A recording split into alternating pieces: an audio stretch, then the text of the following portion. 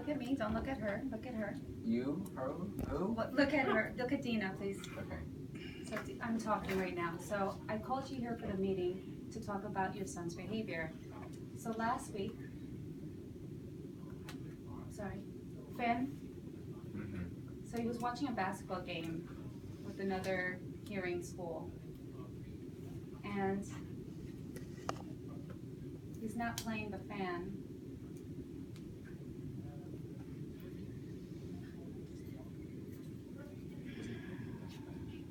Wasn't playing on the bench. He's playing. Oh, he's not. He's not playing. Okay, he's not a basketball player. He's not. He just sat on the bench while the game was in session. So why? We still don't know what happened that day. We asked him a lot of questions regarding that. So he was sitting on the third bench, on the third row. And he decided to run and stop the game, to interrupt the game while it was in session. I'm glad you think it's funny. Anyway, so he stopped the game. It probably got a good laugh, right? Like, everyone probably laughed a little bit, right? It wasn't fun? Wait till you hear the whole story. So, he interrupted the game, and then he fought with the coach. And he got physical. So then he got thrown out in the game, and he was thrown out in the street. So he became enraged. Can I interrupt her? Can I stop you? You said he got physical. Who did he get physical with? Did she say who he got physical with? Your son got into a fight with the coach, a physical fight with the coach. The adult coach hit my son? No, your son hit the coach. And what did the coach do in response? So he defended himself. He, pushed him back. He protected Pushed himself. my son? No, he did not punch him. No, he did not punch your son. But he pushed my son. Well, it was self-defense, yes. Did the police say it was self-defense? Why was I not called at the time? Yes. Yeah, I'm letting you know now. That's why I called you into this meeting, to let you know. When did this happen? It was last week, but I called and I left you a voicemail. 10 messages. I left you 10 messages. I was Not in one Belize. or two, 10 messages.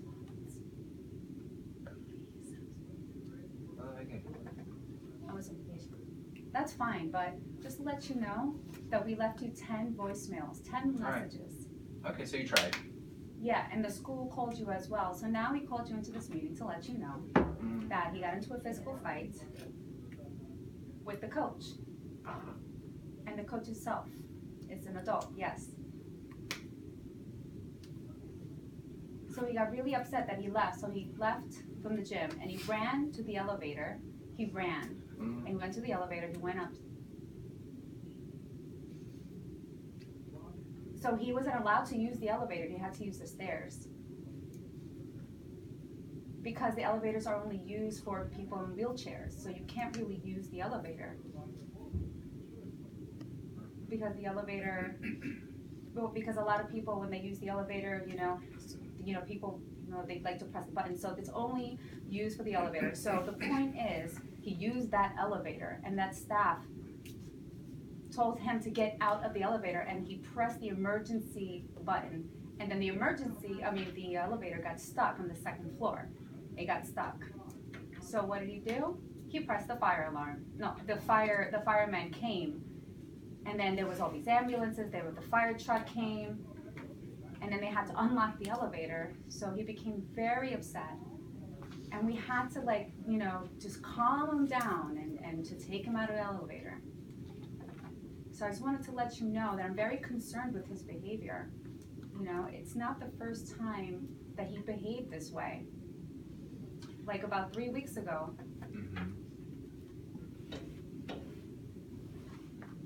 Okay, so the water bottle, he threw it. He threw it on stage while he was watching a performance. So I'm going to cut you off because we're going to be talking about things we've talked about already, and I don't want to just add things on. You're you're just, I think, adding things to the list at this point by continuing on with things we've already discussed. I mean, what I'm concerned about is an adult out of self-defense or what have you pushed my son and scared him, I'm sure, no doubt. I imagine you're in his shoes. You've just been physically assaulted by an adult. You're running away. Naturally, you're running away. You're going to take whatever means. I don't know what rules your school has. Fine. You have rules against people who can walk using your elevators. I don't get that, but that's none of my business. You're entitled to your rules. But yeah, he ran into any place that he felt like he would be safe. So he ran into your elevator, which he wasn't supposed to add into. Okay, I guess that's another X against him. And he locked the door. He closed the door in front of a teacher's face. He was probably terrified that this teacher was gonna grab him, assault him possibly too. I think we have a bigger issue on our hands. Big issue.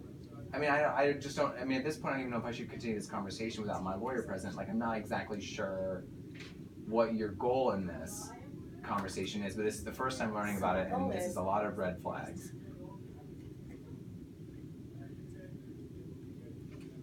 Okay, so my goal is this.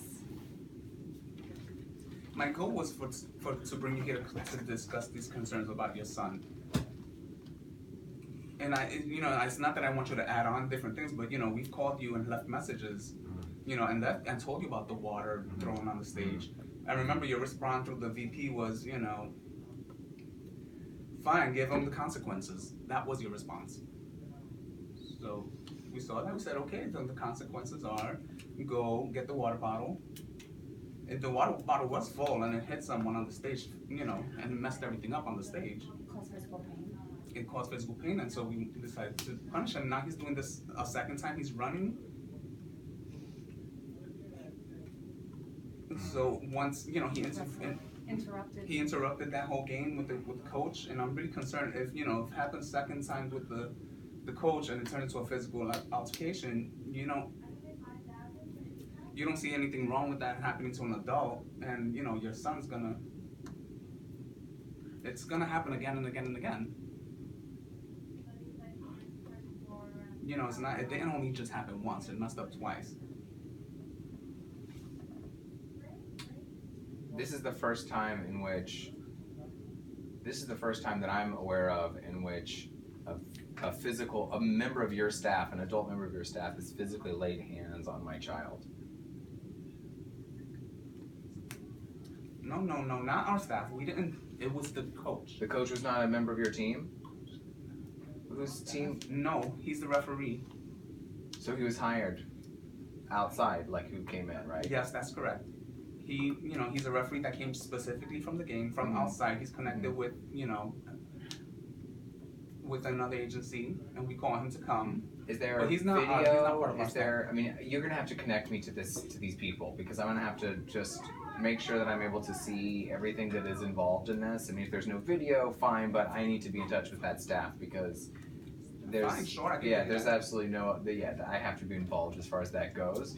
I mean, as far as like managing a young person's emotions, we've talked about this in other situations. I mean, he's a tough kid. I mean, he's possibly ADD. I have a really hard time getting through to him. Communications are really bizarre. I mean, his mother left, we were recently separated, so he's struggling through that sort of thing. So I'm not trying to make excuses for him, but, he's going through a lot right now. And I think rather than going to a place of immediately trying to punish this young person for everything that he's doing, why don't we go from a place of perhaps understanding and asking, okay, how can we explore this issue a little bit further so that we can come to a better educational solution.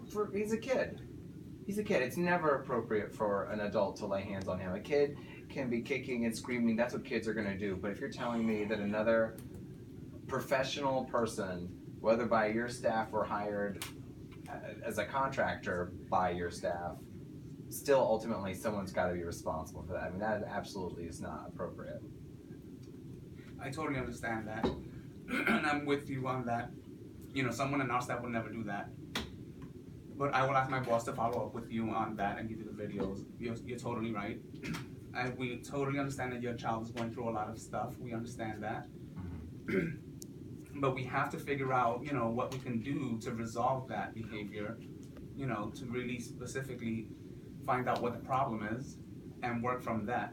So I'm suggesting maybe take him to a counselor. Maybe give him some medication. Can we give him some medication? Calm him down. That's really your family doctor's decision with you guys. You know, if we get that from your doctor and then you give it to us, you know, we'll set that up. But and we'll put that in his file. But right now we don't have that. He doesn't have that label, so we can't really do that. We can't just say, oh yeah, you know, we can't just make something up and, you know, place that on. Okay, so I'll take him to our family doctor. We'll get the label. We'll get him some medication. It'll hopefully calm him down. Okay.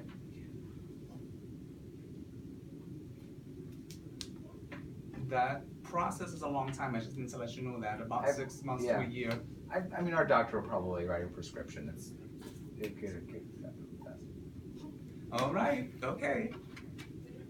Maybe Problem solved, right? Maybe you need to find a different doctor. But on the positive note, your son is smart and he keeps everything clean. He's very nice, and we really love and respect him. You know, he has good grades. It's just a funny way of showing it. I mean, that's really, you kind of buried the good stuff there at the end. You might want to think about leading with that next time. Well, you know, I call this meeting to approach the hard part. So I'm only, you know, I'm also letting you know, that your son has these issues, but he is really good. But, you know, I did start with the negative stuff. But he still is a good kid, besides his behavior. And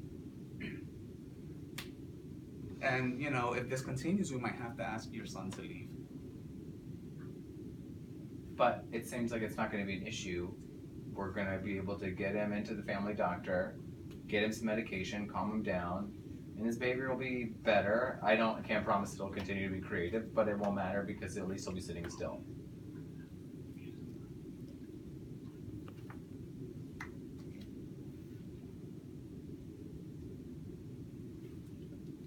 I'm not sure how to respond to that.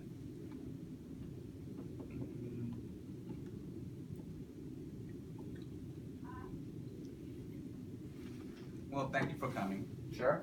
Sure. Do you have any questions for me? Well, I mean, I'm trying to think of what I can possibly say. I mean, I'm really quite stunned by all of this. I mean, you've given me an overwhelming amount of information here that, I mean, immediately after this conversation, I'll be expecting some piece of information from you about how to get in touch with the referee, and certainly the agency that put us in touch with him. I mean,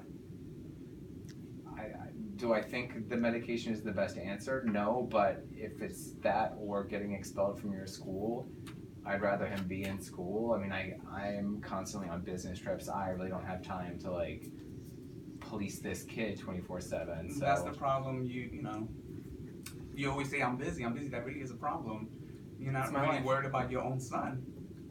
You know, your son's behavior is a problem, especially at that age right now. You know, growing up, we keep, you know, allowing him to have these behavioral issues. They're going to increase, and they're going to get worse and worse. Due respect, you say I don't care about my son. I have put him into your deaf school because I realize that he is not having access to deaf culture and deaf language in my home. So I am doing my best. If you're having trouble managing my son, it sounds like more like it's probably a problem with the school or with your method of instruction. I mean, when he's at home... No, that's your issue. That's your son. This is not my son. He gets home, he's on his iPad, he's fine. You know, he's fine when he's at home. He's like fine, he's got McDonald's, he's got his iPad, and he's happy. McDonald's? So, wait a minute. I'm not really, you know, no.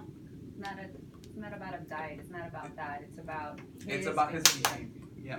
That's what I'm saying. His behavior in my house is fine. Stop it right there, please. I thought we, you know, paused the meeting. So I think we should pause this meeting and have this another time with this conversation.